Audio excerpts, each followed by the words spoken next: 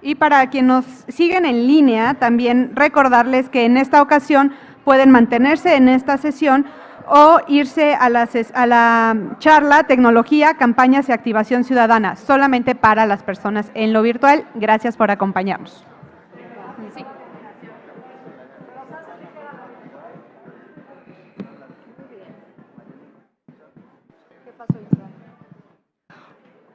Hola, muy buena tarde a todas y todos. Un gusto saludarles. Es un placer estar en este panel con ustedes hoy. Este panel será de nueva cuenta presencial y también se transmitirá en vivo. Y tenemos hoy dos invitados en este panel, el llamado Recesiones Democráticas. Ahora en breve pues vamos a compartir un poquito de qué va esta conversación y este diálogo. Y mi primera invitación a todos y todas es estar aquí en esta conversación con intención y con atención de lo que vamos a escuchar y de las reflexiones que esto nos puede provocar a nivel individual y a nivel colectivo. Muchas gracias. Jesús nos acompaña hoy aquí, Jesús Silva Herzog Márquez, analista político, licenciado en Derecho, con estudios de posgrado en la Universidad de Columbia, Nueva York. Es también maestro en el Tecnológico de Monterrey y además es profesor invitado en diferentes universidades a nivel nacional para reflexionar e internacional para reflexionar y analizar el contexto político como maestro político que es, ¿no? Y también, pues eres escritor, columnista, periodista, y no me alcanzarían los 50 minutos para compartir esta larga trayectoria. Jesús, bienvenido, muchas gracias por estar aquí. Gracias. Asimismo, nos acompaña en línea el licenciado Carlos Eduardo Mena, bienvenido, analista político también abogado, nos acompaña desde Chile en este momento. También Carlos Eduardo pues, es una persona con una larga trayectoria como escritor, como analista político, ha también representado cargos públicos como embajador de Chile, en Brasil, y también ha estado representando y trabajando para el Programa de Naciones Unidas de Desarrollo en América Latina, en proyectos muy importantes de entendimiento de cómo se monitorean o se entienden los sistemas políticos en la región y también como consultor experto de PNUD-CEPAL. Bienvenido, Carlos Eduardo, es un gusto tenerte con nosotros. Muy bien, pues como vamos a entrar fuerte aquí a la conversación, primero decirles que es un título, ¿no? Ya te invitamos a hablar aquí de las recesiones democráticas y la primera pregunta que uno se hace es, ¿qué es eso de la recesión democrática? ¿De qué estamos hablando? ¿De la dictadura propiamente o de qué estamos hablando? Y entonces en esa reflexión quisiera pues traer, ¿no? Yo soy colombiana, vivo en México hace 9 años y he crecido y me he formado entre fronteras y diferentes países de la región y desde niña, desde los 3 años a hoy que tengo 45 años, pues he podido ver la recesión democrática en muchos países donde he estado, desde diferentes perspectivas. Y viviéndola de pronto con indiferencia, y viviéndola de pronto como muy de cerca, y viviéndola de pronto pues muy encarnado en el rol que desempeñé en algún lugar de estos lugares. Y compartir con ustedes qué es eso. La recesión democrática se entiende entonces como un proceso de debilitamiento, de erosión del sistema político. Y el sistema político entendido como todos quienes lo conformamos, ¿no? Los ciudadanos, los líderes políticos, los partidos políticos y pues obviamente las instituciones y demás. Y ese debilitamiento se puede ver o se puede apreciar solo porque antes había una participación democrática activa y útil. Entonces, de esto va este conversatorio. Y para empezar, quisiera darle pues primero la palabra a Carlos Eduardo y quisiera que reflexionáramos sobre esto, que reflexionáramos sobre cuáles son esos factores claves o esas tarjetas, banderas amarillas, rojas que tenemos que estar atentos para ver y visualizar y que se entiende como el síntoma que nos muestra que estamos en ese proceso de debilitamiento democrático, porque a veces ya nos damos cuenta hasta el final, cuando estamos en medio de una dictadura, ¿cierto? Entonces, pues, Carlos Eduardo, bienvenido y nos gustaría escuchar tu opinión. Vamos a tener 7 minutos para ti y también para Jesús, para que nos comenten, basados en su experiencia, este tema. Bueno, mira, primero agradecer la oportunidad de participar en este encuentro con las organizaciones de la sociedad civil iberoamericana. Lo primero que quiero señalar es que una de las características centrales de la democracia contemporánea representativa es que hay un desajuste entre la política y la sociedad. Prevalecen concepciones tradicionales y estáticas acerca de lo que es la política y de lo que puede hacer la política. Es preocupante este inmovilismo por parte de los partidos políticos. Independientemente de su signo ideológico, no logran hacerse una idea adecuada respecto al papel de la política, de sus límites y de sus posibilidades. Estas nuevas condiciones del contexto de la sociedad hacen que sea muy difícil que los partidos puedan expresar y representar a fuerzas sociales significativos. Me referiré a 5 grandes cambios que han ocurrido a nivel de la sociedad con una advertencia previa, que los cambios nunca desplazan lo nuevo a lo viejo, aún aquellas revoluciones que pretenden hacer tabla rasa, siempre hay digamos, algunas fuerzas que vienen de las visiones anteriores. Lo primero que quiero señalar es que en todos nuestros países hay una nueva complejidad social. Las clases sociales que anteriormente se aglutinaban en grandes identidades colectivas se han diluido y por lo tanto se diferencian en la actualidad en un conjunto de subculturas distintas. Esta diferenciación que partió con la revolución industrial entre los dueños del capital y los proletarios, actualmente no da cuenta de la complejidad de la sociedad. Esta diferenciación o nueva diferenciación da origen a nuevas identidades que surgen y se disuelven con la misma velocidad con que surgen y que están más unidas por emociones compartidas que por lazos duraderos.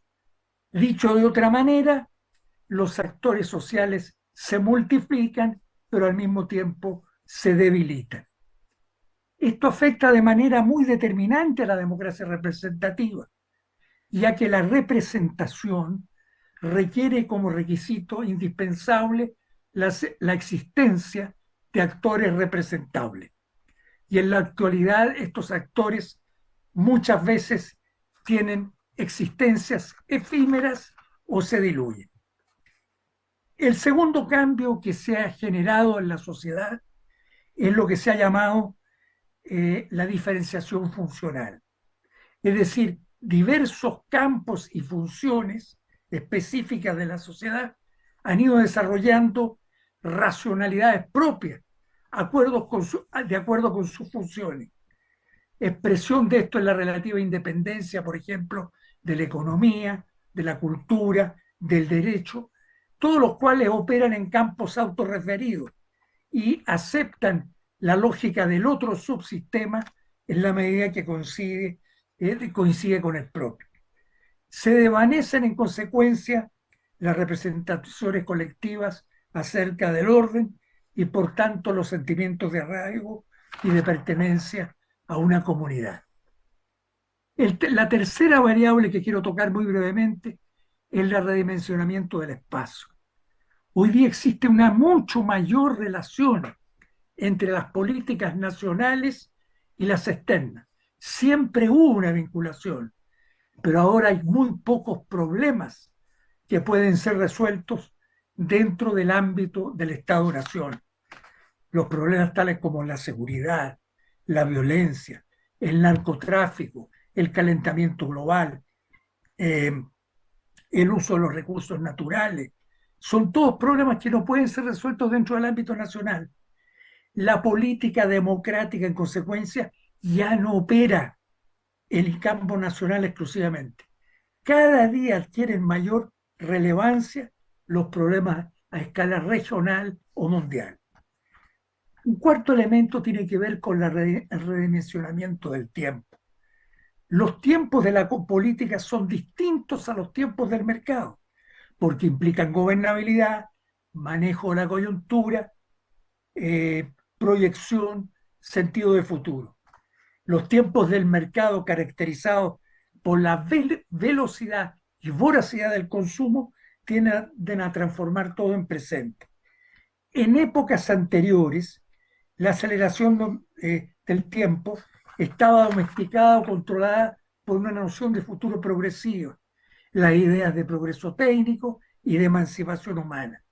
El futuro representaba un horizonte de sentido en virtud del cual se interpretaba el presente. Las ideologías tenían esa función.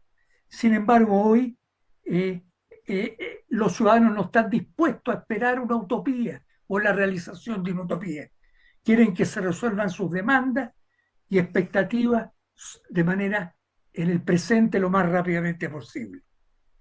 Quinto elemento, nueva regulación de lo público y de lo privado. Estas transformaciones estructurales de la sociedad han ido acompañadas de un proceso de privatización de las conductas y de las actitudes.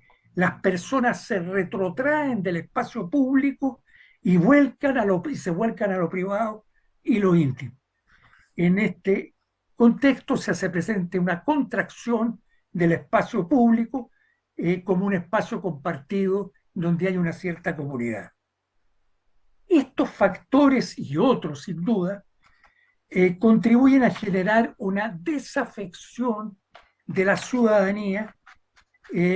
Por ejemplo, Castel señala que un sociólogo español, que entre un 45 y un 80% de los países, de acuerdo con los países, la gente no confía en las instituciones democráticas y en los partidos políticos. Surgen en consecuencia un conjunto de desafíos. Primero, resulta indispensable, a mi juicio, avanzar hacia una democracia participativa y deliberativa. El ideal democrático del autogobierno no es solamente un ideal de la política, sino también un ideal democrático de participación en la toma de decisiones. El sistema político, por tanto, requiere de ciudadanos que trabajen en función del autogobierno. La democracia participativa concede un lugar muy privilegiado al autogobierno. ¿Cómo se cumple este objetivo? Hay muchas maneras. Todas ellas apuntan a generar canales de distintos niveles, en distintos niveles, y especialmente en la comunidad local, en las comunas, en las regiones, para que esto se lleve a cabo. Se requiere organizar, a mi juicio, mini públicos, porque no son suficientes los públicos para que la opinión pública se transforme en una opinión pública considerada. Por lo tanto, la democracia participativa debe ser una democracia deliberativa, para que se produzca no solamente una confrontación sino una discusión razonada que permita aceptar las diferencias entre los ciudadanos. La deliberación requiere de 4 condiciones. Primero, requiere de información. Segundo, requiere de un equilibrio. Tercero, de reciprocidad, es decir, considerar las demás posiciones en los asuntos a deliberar, y sustantividad, es decir, valorización de los argumentos sin privilegiar la retórica. El otro elemento central, a mi juicio, son las nuevas tecnologías de la información y la comunicación, que posibilitan la emergencia, el desarrollo y la expresión a nivel global y local de un nuevo espacio social constituido por el mundo digital. Este entorno es diferente al entorno del Estado-Nación, donde surgió la democracia representativa. Habría que preguntarse cómo se estructura el poder en este nuevo entorno. Se pueden ser al menos 3 problemas. Uno, el tercer entorno digital es transterritorial, es decir, borra la frontera tradicional de los estados. Segundo, en este tercer entorno surgen nuevas formas de poder que no están subordinadas al poder estatal. Tercero, la democratización de este tercer entorno tiene que basarse en la creación de un poder civil para cada una de las diversas actividades que son posibles de llevar a cabo en estos entornos democráticamente desarrollados. Existen dificultades estructurales para que el nuevo espacio social sea gobernado democráticamente. Se podría pensar en la posibilidad de elecciones democráticas en Internet, que permitan elegir a las personas que legítimamente pueden tomar las principales decisiones. Esta posibilidad ahora parece bastante lejana. Cuando se habla de democracia electrónica, se piensa en la posibilidad, en la utilidad que pueden tener las redes telemáticas para facilitar elecciones en ciertos ámbitos del Estado, por ejemplo, para elegir alcaldes o diputados. La pugna por el poder en este espacio pone de manifiesto con frecuencia porque los estados no son solo los que marcan la pauta de este poder, son los que se han llamado los señores del aire. Estos son los que luchan por el control de la red de información de usuarios. Los señores del aire, tales como Google o Facebook, nos indican cómo actuar en el ciberespacio, invadiendo nuestra privacidad. Nos marcan con su sello electrónico y nos ofrecen a cambio la libre circulación en los dominios de seguridad. Los cambios que han ocurrido en la sociedad, bueno, ante esto es indispensable definir los derechos y deberes de los usuarios considerados como ciudadanos. Esta será la telepolis, por cuya democratización habrá que luchar. Los cambios que han ocurrido en la sociedad afectan principalmente a las organizaciones de la sociedad civil, base de una democracia auténtica, y a los partidos políticos. Brevemente, me refiero a los partidos porque estos, para que sean tales, deben ser capaces de mediar entre la sociedad y el poder. Si esto no lo hacen de manera clara y transparente, no serán partidos políticos, aunque se llamen de esta manera, serán meras fracciones. Para que no sean fracciones, sino partidos, deben tener al menos un proyecto para toda la sociedad, que se expresa en un programa para un periodo determinado. Carlos, permíteme detenerte ahí un segundo, ¿me permites? Porque creo que estas reflexiones que estás trayendo también de cómo las organizaciones de la sociedad civil debemos tomar pues un mandato, una actitud y un compromiso en relación a la defensa de este de democracia participativa y la inclusión es importante, y te me vas adelantando a una segunda parte de la conversación, y antes de pasar ahí, me gustaría un poco, Jesús, que tú nos compartieras en lo que coincides, ¿no?, en esta mirada de Iberoamérica, de cómo se ven ese debilitamiento de las instituciones democráticas. ¿Qué encuentras de factores similares y qué parangones harías en el momento actual que nos encontramos? Bueno, muchísimas gracias, Alejandra. Creo que la cartografía, el mapa que nos ha presentado Carlos es estupenda. Creo que podemos ver ahí un territorio en donde están todas las regiones de desafíos para las democracias contemporáneas. Yo empezaría con un elemento que me parece que estuvo muy presente al arranque del 2024 y me parece que es una buena plataforma para pensar en los retos de las democracias liberales contemporáneas, y es el hecho de que en 2024 vamos a seguir teniendo elecciones en muchísimos países del mundo, y que será este año el primer año en la historia de la humanidad en donde la mayoría de las personas tendrán la oportunidad de votar por sus gobiernos. Eso no había pasado nunca. Y lo que me parece muy curioso, si nosotros regresamos a lo que se veía en las revistas internacionales, en la portada del Economist, por ejemplo, no era la invitación a una gran fiesta en el mundo, sino que había una serie de llamadas de atención, de peligro, de alarma, porque se decía, va a haber elecciones, pero muchas de esas elecciones no van a servir para que la gente decida quién los gobierne realmente, y no van a establecer gobiernos que son propiamente democráticos.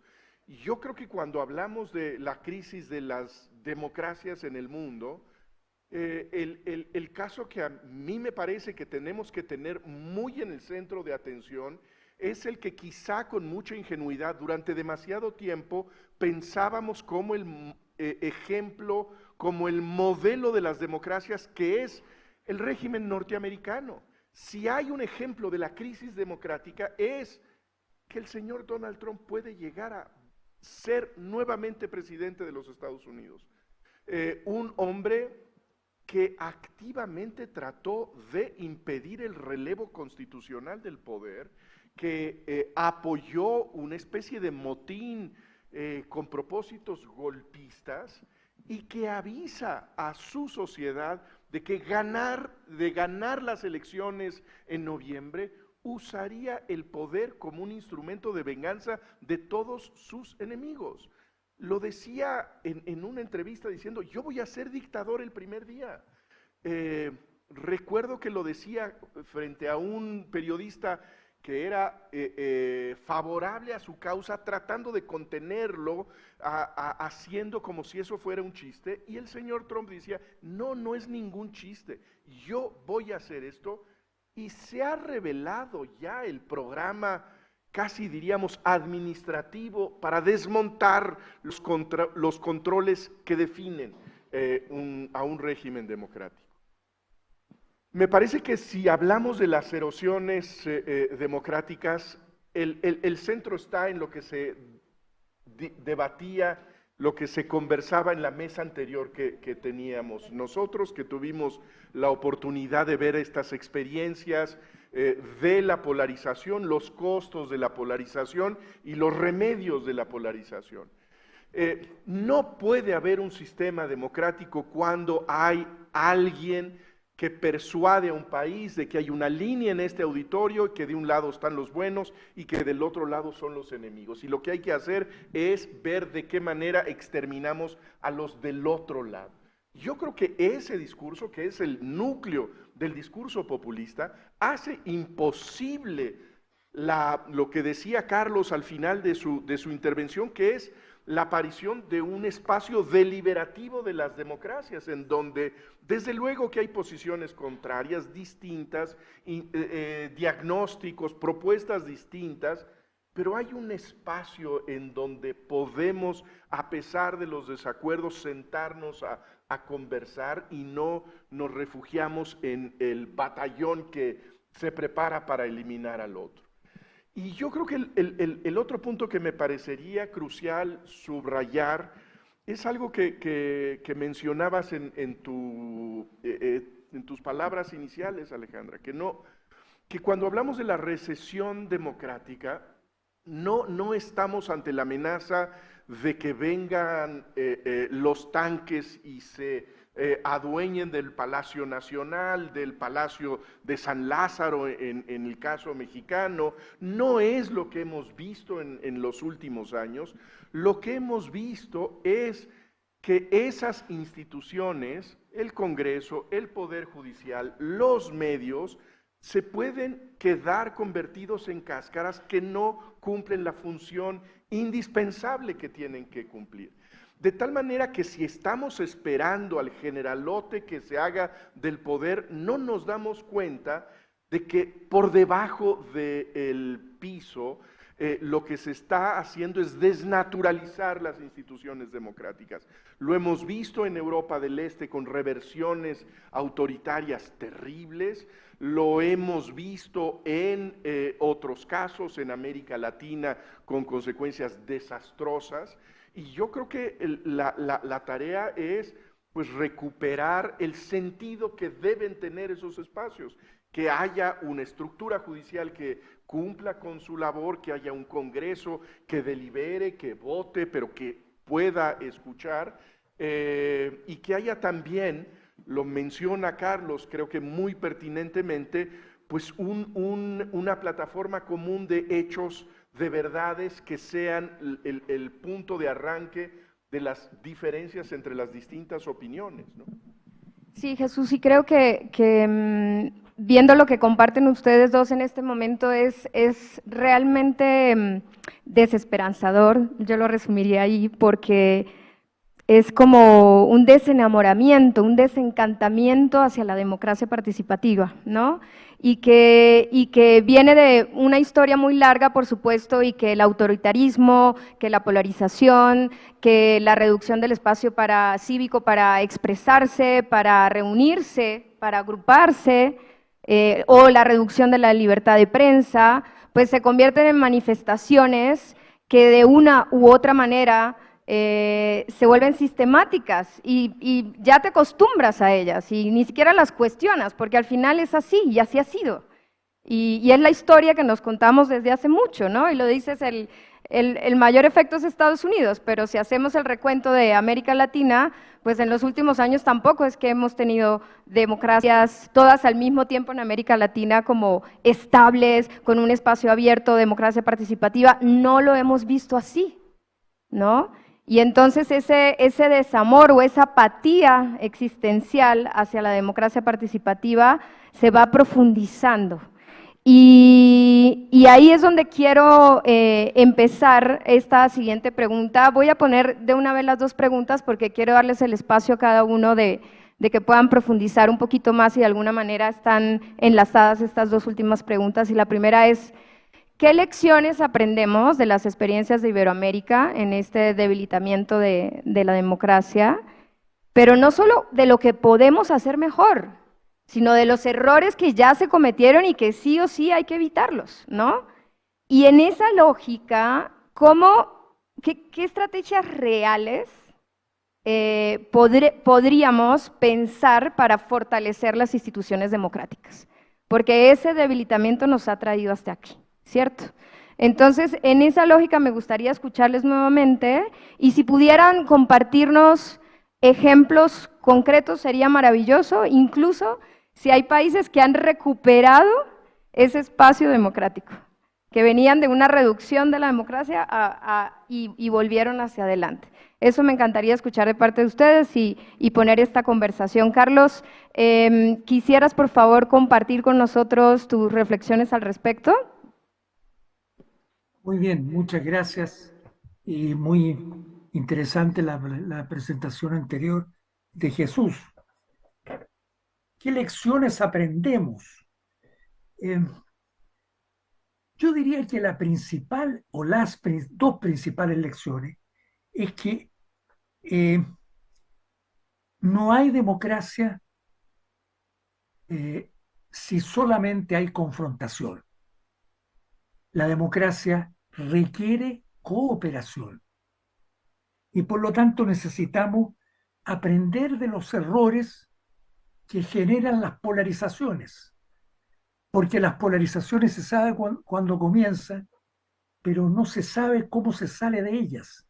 Es difícil salir de ellas, porque generan climas sociales, que generan situaciones políticas de muy difícil resolución.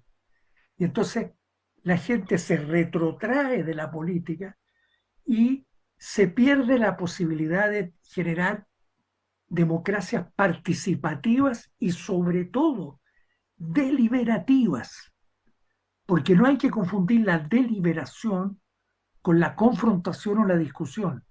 La deliberación, como decía anteriormente, requiere un espacio de cooperación.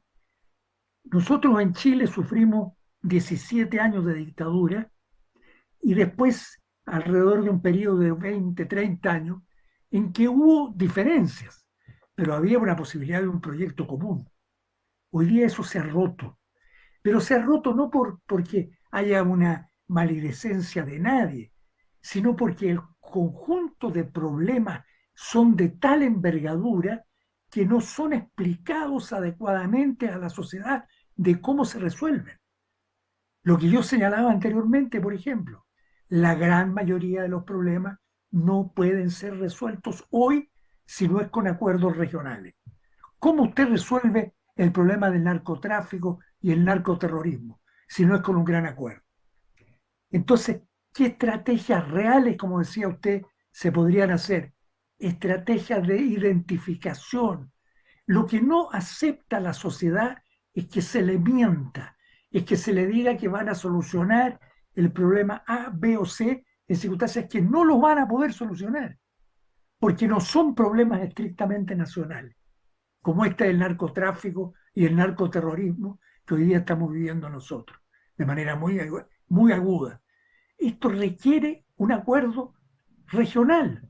Y si no se explica de esa manera y no se plantea de esa manera, lo que va a generar es frustración, apatía, eh, alejamiento de la gente de la política, que al final termina la gente, porque ya no hay esos anclajes ideológicos que anteriormente teníamos en las sociedades. Hoy día todo esto es muy fluido. Mañana puede estar el partido A, después puede estar el partido B o combinaciones de partidos, pero no abordan los problemas reales, sino que trabajan en función de determinados objetivos de muy corto plazo y por lo tanto se genera un cuadro de difícil manejo. Eso es. Muchas Gracias, gracias. Carlos. Yo empezaría diciendo que la primera lección es que no podemos pensar que llegamos nunca a la democracia, que ya la conquistamos, que ya ubicamos las coordenadas de la política futura en ese lugar. Yo creo que esa fue una ingenuidad terrible de, por ejemplo, quienes dijeron que ya habíamos llegado al final de la historia. Y de una manera u otra, creo que ese mensaje, aunque no repitiéramos la fórmula, de alguna manera lo absorbimos. Me parece que en México llegamos a la conclusión de que a pesar de todo lo extraña que fue la marcha de México al pluralismo, yo creo que pensábamos que ya estábamos en esa coordenada, que ya no había forma de salirnos de ese avance, de ese progreso democrático y que nos habíamos liberado de la experiencia de que el país tuviera un dueño, que fue durante muchas décadas el presidente de México. Bueno, yo creo que volvimos a ser un país que en buena medida tiene la política adueñada por un personaje político que es de nuevo el presidente de México. Creo que en ese sentido la primera lección es que este proceso es un proceso interminable, que necesita ser activado constantemente y que esas pequeñas derrotas, esas pequeñas invasiones del poder autoritario en los sitios en donde debe existir el principio democrático, se pueden ir acumulando y de pronto, como tú decías, pues darnos cuenta de que las reglas del juego son ya otras. A mí me parece que si se buscan lecciones, yo creo que la principal lección, y espero no ser o parecer ingenuo, es que tiene que haber una participación ciudadana en todos los ámbitos que sean disponibles para la gente. Desde luego que el principal es el electoral, y en este momento que estamos en temporada de campañas y que tendremos en México que tomar una decisión fundamental en junio, yo creo que ese es un espacio fundamental para ser ocupado por la ciudadanía. Pero me parece que también sugerías en tu comentario otra dimensión de la ciudadanía, que no es nada más hacer cola para poner una tachecita en un dibujo, sino asumirse parte de una comunidad en donde uno pertenece y uno puede actuar y uno logra el encuentro de quien tiene tanto la experiencia parecida como una experiencia radicalmente distinta a la que uno tiene. Entonces, pues me parece que la lección es la participación, y yo creo que hay una antilección. Frente a la erosión de las democracias, no hay nada peor que recurrir a mecanismos no democráticos para combatir a quienes tienen una ambición autocrática. Creo que esa es la lección que, por ejemplo, podríamos obtener de la oposición venezolana, por ejemplo. Esa pista es una pista inadmisible. Muchas gracias, Jesús. Muchas gracias, Carlos. Nos quedan 10 minutos y quisiéramos aprovechar también algunas reflexiones, preguntas, inquietudes que tenga la audiencia. Recibimos un par de preguntas y además daremos un espacio para comentarios finales. Gracias. ¿Sí? Quien tenga el micrófono, por favor, adelante. Se presenta su nombre. Hola. ¿Y de dónde vienes? Buenas tardes. Carlos Gómez Álvarez Tostado, presidente de Ciudadanos por México. Voy a citar a Anne Applebaum, extraordinaria periodista americana polaca. Tiene un libro que habla del ocaso de la democracia. La democracia es un ente vivo en el que está dándose la posibilidad y el hueco para que la autocracia comience a dominar. Y mi reflexión es esta. Ante una sociedad que está siendo invadida en su libertad y en el poder democrático, que es la construcción del individuo de la mejor forma al final del día, se está viendo copado por esta nueva tendencia autocrática utilizando las vías democráticas. Y de pronto, después de la pandemia y durante la pandemia, la sociedad se conecta vía medios de comunicación y como el Zoom, etcétera, y se forman grupos. Y de ahí despierta a movimientos como la Ola Rosa. ¿Cómo pueden incidir los organismos o los organismos de la sociedad civil en esta democracia participativa? ¿Cómo pueden ir ganando terreno, que son quienes realmente conocemos los problemas? Los niños con cáncer, está la fundación, por poner un ejemplo, y no conocen los diputados ni los senadores a fondo. Entonces, ya hay un modelo en Francia, ESSEC, que es, y en gran parte del mundo, que son los consejos ciudadanos, que son consejos económicos, sociales y ambientales, en el que se han concentrado en esa parte, pero yo creo que esto es el camino para que la sociedad civil pueda participar. No sé qué opine mi tocayo Carlos y tú, Jesús. Gracias. Escuchamos la siguiente pregunta y damos espacio a respuestas. ¿Qué tal? Muy buenas tardes. Manuel Cárdenas, consultor acreditado del CEMEFI. ¿Cómo se le puede hacer ante el avance del autoritarismo que está generando mayores expectativas que lo que supuestamente es una democracia? Si ese autoritarismo se está generando por un hartazgo a una democracia pasada que no hizo bien su labor, ¿cómo podemos encaminar de nueva cuenta la democracia participativa?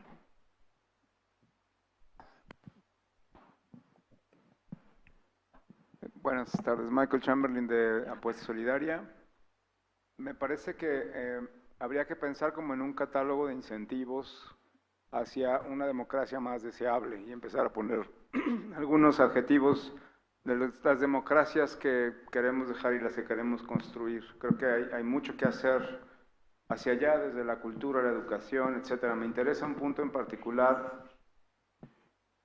¿Qué hacemos con los partidos políticos? Carlos iba a decir algo al respecto al final de su primera intervención. Cuando uno ya no representan a nadie más que a sí mismos.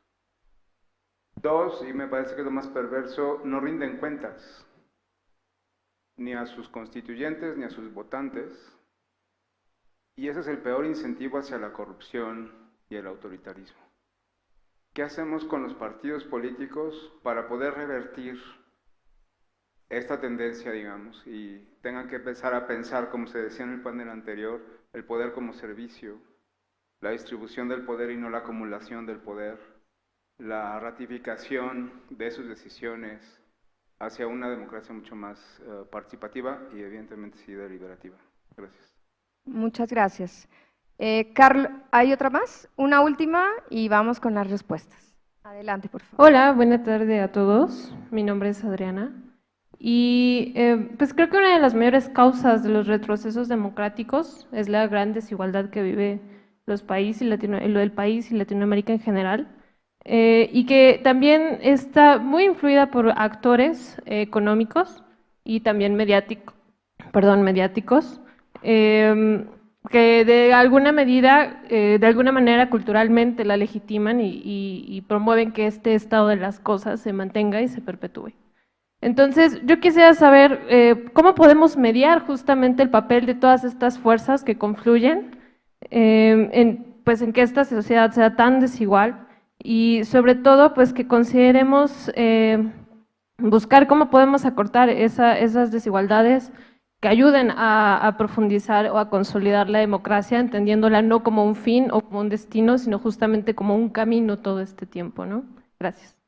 Muchas gracias. Pues bien, Jesús, ¿quieres empezar? Muchísimas cosas, reflexiones bien interesantes, preguntas muy complejas. Creo que el punto de arranque tiene que ver con la necesidad de hacer una crítica del desempeño de los regímenes democráticos, si es atractivo el llamado, la convocatoria populista, si funciona esa idea de que el país está dividido en dos mitades enemigas. Bueno, yo creo que tiene que ver con la incompetencia, los malos resultados de las democracias. Y creo que en el caso de México, pues lo vemos muy claramente. Fueron regímenes, gobiernos durante 18 años que dejaron muchísimo que desear, que no lograron hacer lo que habían ofrecido,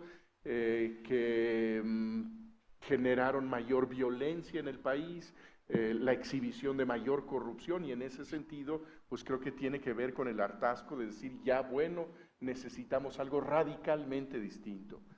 Me parece que el punto de Anna Applebaum, el libro, aprovecho la referencia para también sumarme al anuncio, al comercial de que lo lean este libro. A mí me parece que ese libro tiene un elemento que a mí me parece muy profundo y creo que en esta temporada tiene una incisión más personal, y es el hecho de que ese espacio autocrático no solamente es algo que está ya de un valentón que está en la Casa Blanca, un patán en el Palacio de Gobierno que hace lo que se le da la gana, sino que es un proceso en donde se impide casi la convivencia, en donde los amigos se pelean, en donde las familias se rompen porque uno está de un lado y el otro está del otro, y entonces no tienen ninguna gana ni siquiera de ir a la cena de Navidad porque está del otro lado. A mí me parece que ese es un recordatorio del trabajo que tenemos que hacer, incluso más en tiempos de mayor conflicto, de esforzarnos de comprender al que piensa distinto. Y me parece que esa es la invitación de Anne Applebaum. El tema de los partidos políticos me parece que es uno de los asuntos pues, más viejos de la estructura y del régimen democrático. Son los bichos más impopulares que hay prácticamente en todo el mundo, y sin embargo no hay de otra, y sin embargo necesitamos esas estructuras. Igual y regreso a una perspectiva muy provinciana y tiene que ver con el caso mexicano, pero me parece que necesitamos una sacudida. Creo que la tuvimos en el 2018, profundísima sacudida, de la que no se hicieron cargo quienes fueron castigados en el 2018. Me parece que hoy estamos sufriendo las consecuencias de que tuvimos un vuelco electoral en el 2018, les pasó un tren a los partidos tradicionales y pensaron que solo el tiempo les iba a regresar el poder. Perdieron 5 años y ahora creo que están ya con el reloj quizá demasiado tarde. Pero mi punto sería, aún siendo tan antipáticos, los partidos son indispensables. ¿Qué se puede hacer con ellos? Yo creo que ese punto que se deslice la pregunta es crucial.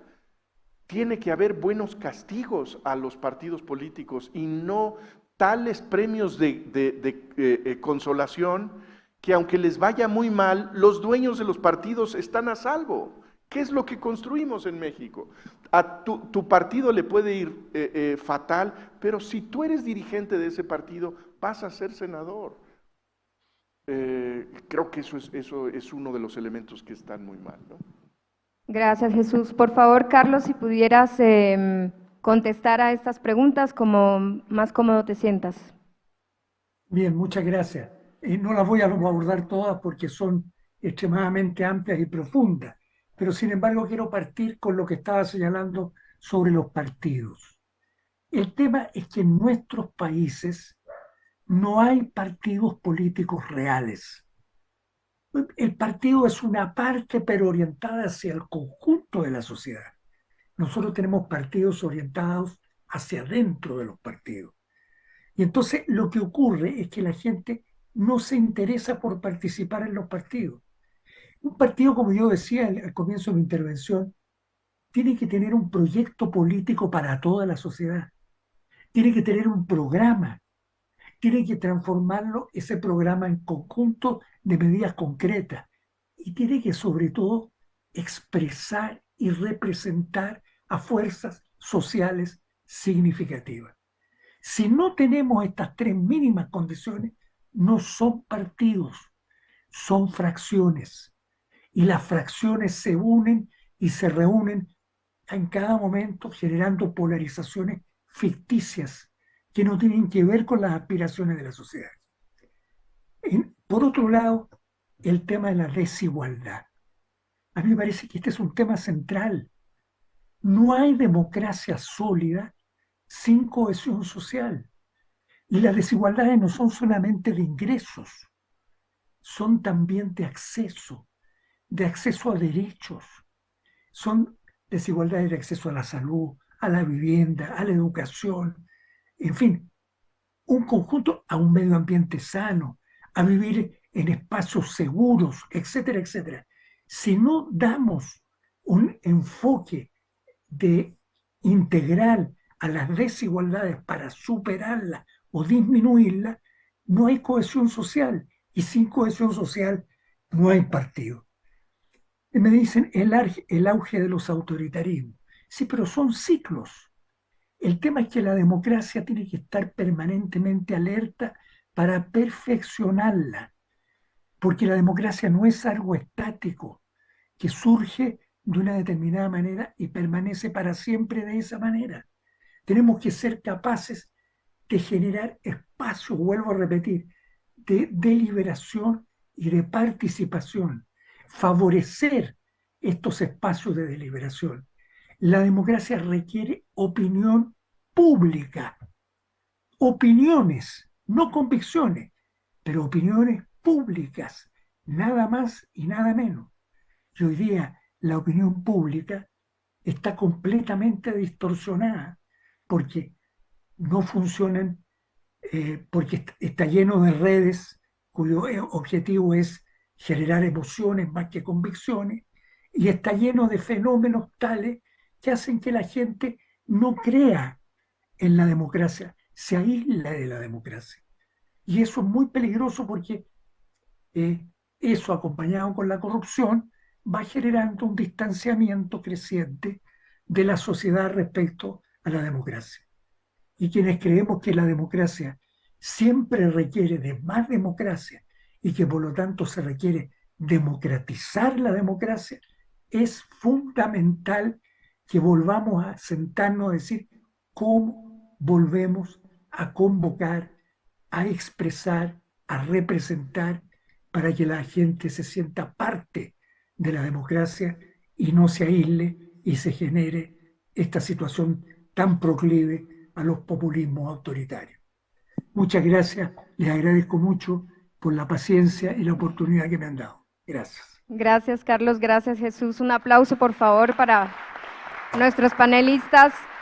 Hemos explorado en esta conversación profundamente los desafíos de esta América Latina convulsionada, atravesada por la desigualdad social, por el sometimiento de liderazgos políticos individuales, partidos políticos que nos han decepcionado, procesos de cambio y promesas de cambio social que no se han concretado, y estrategias también prometedoras donde nosotros en lo individual y en la colectividad podemos jugar un rol importante y significativo, no solo confirmando a estos actores e instituciones democráticas a través de nuestro voto, sino siendo ese contrapeso que demanda una rendición de cuentas, que promueve una transparencia, que alza la voz contra la impunidad y contra la corrupción y que fomenta la cohesión social con el vecino de al lado. Desde ahí arrancamos a demandar nuestro derecho al agua, nuestro derecho a la educación, nuestro derecho al trabajo digno, y desde ahí arrancamos. Y lo que nos convoca como individuos y como organizaciones de la sociedad civil, nos los han compartido hoy también Jesús y Carlos. Muchas gracias por esa invitación, por recordarnos ese rol activo que tenemos cada uno de nosotros en la participación democrática, inclusiva para todas y todos. Muchísimas gracias a ustedes y muy linda tarde. Muchas gracias a nuestros panelistas y a Ale por moderar este panel. Y nos quedamos con muchas palabras también clave: cocreación, poner la vida al centro, y esa vida al centro incluye a nuestro planeta, que es de lo que vamos a hablar el día de mañana en este encuentro. Mucha tarea, y es que esto es un work in progress, ¿no? Esto es un trabajo que necesita tiempo y estamos ahí para hacerlo. Con esto nos despedimos de la transmisión virtual. Muchas gracias por acompañarnos a quienes lo hicieron desde la plataforma virtual. Continuamos en el programa presencial hacia la comida, pero antes de pararse hacia la comida. ¿Claro? Sí, tenemos 3 cosas importantes que decir. La primera, invitarlos a que nos acompañen a la actividad cultural de la tarde en el Museo Papalote. Vamos a tener ahí una exposición temporal en la cual vamos a participar sobre los sueños y sobre los sueños nuestros y la importancia de los sueños. De lograrse Así es, de esos lograr sueños. los sueños, ¿no? Es correcto. Entonces está muy interesante y después un coctelito ahí para que convivamos. Y aquí vamos a tener también algunos medios de transporte, camionetas para llevar allá y pues allá ojalá los podamos encontrar. La segunda es rapidísimo, si nos hacen favor de poner aquí la encuesta. Ahí está, muchas gracias. La encuesta sobre los conversatorios que hemos tenido esta mañana. Ahí está el Menti, por favor. Ya esperamos que a estas alturas del partido ya estamos expertos en el Menti. Y si no, es ingresar a su navegador en el celular, en menti.com, y colocar el número que aparece en pantalla ahora que vuelva a aparecer, el código, es una serie de números. Menti.com, ahí está, mira, yo no la alcanzo a ver, pero tú sí. 6758-533, y les va a aparecer la pregunta con opciones múltiples. ¿Qué les ha parecido el día de hoy estos conversatorios? Escanear el código QR o bien, como bien dice Ana Pau, ponerle aquí menti.com y el numerito que está hasta arriba. Ahí está, un zoom. Lo que resulte más rápido. A veces es más rápido poner menti.com en el navegador del teléfono. ¿Perdona?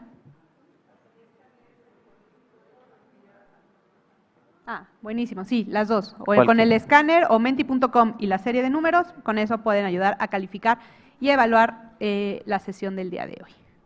Perfecto, pues gracias por sus opiniones, eso nos ayuda a mejorar. Y por último, un anuncio importante que está abierta la convocatoria del reconocimiento iberoamericano al Caracol de Plata y ojalá quienes no lo conocen se den la oportunidad de visitar la página de Caracol de Plata para que puedan compartirla, ojalá si les interesa puedan participar. Es un reconocimiento a las mejores prácticas de comunicación social, así que tanto para universitarios como para profesionales del área de comunicación y marketing, todas las campañas interesantísimas que tenemos ahí. Así que ojalá lo puedan difundir y pues nos vemos en un ratito más ya en el piso 8 para la comida y ahí seguimos la actividad en la tarde, que por cierto Ana Pau nos va a coordinar. No se la pierdan, la diseñamos con mucho cariño. Para la comida, 2 elevadores, el que está detrás de este auditorio o el que está saliendo de los torniquetes. No olviden portar su gafete porque solo así los dejan entrar y salir por los torniquetes. Buen provecho y nos vemos en un rato. Provechito. Ella tiene cosas que decir. Él tiene cosas que decir. Ellos tienen cosas que decir. Y todos nos beneficiamos de escuchar lo que tienen que decir. Y creemos que el mejor lugar es aquí, o aquí, y también aquí. Por eso nació Caracol de Plata. Desde el año 2000, Caracol de Plata ha motivado empresas, organizaciones de la sociedad civil, agencias de publicidad y medios de comunicación de toda Iberoamérica a crear y difundir mensajes que hablan de temas y causas que nos preocupan, nos afectan y nos toca asumir. Y desde entonces hemos reconocido miles de campañas de más de 21 países que han dado voz a mensajes que nos hacen tomar conciencia.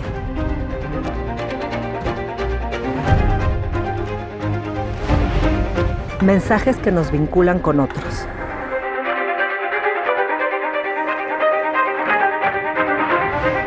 Mensajes que crean comunidad.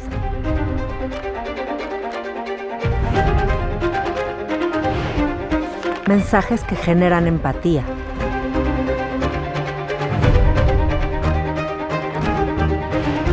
Y sobre todo, mensajes que nos hacen ser una mejor sociedad.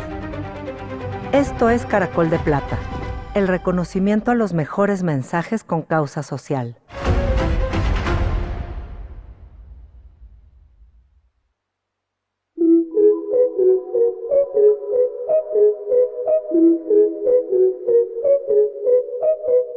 Sleep inside.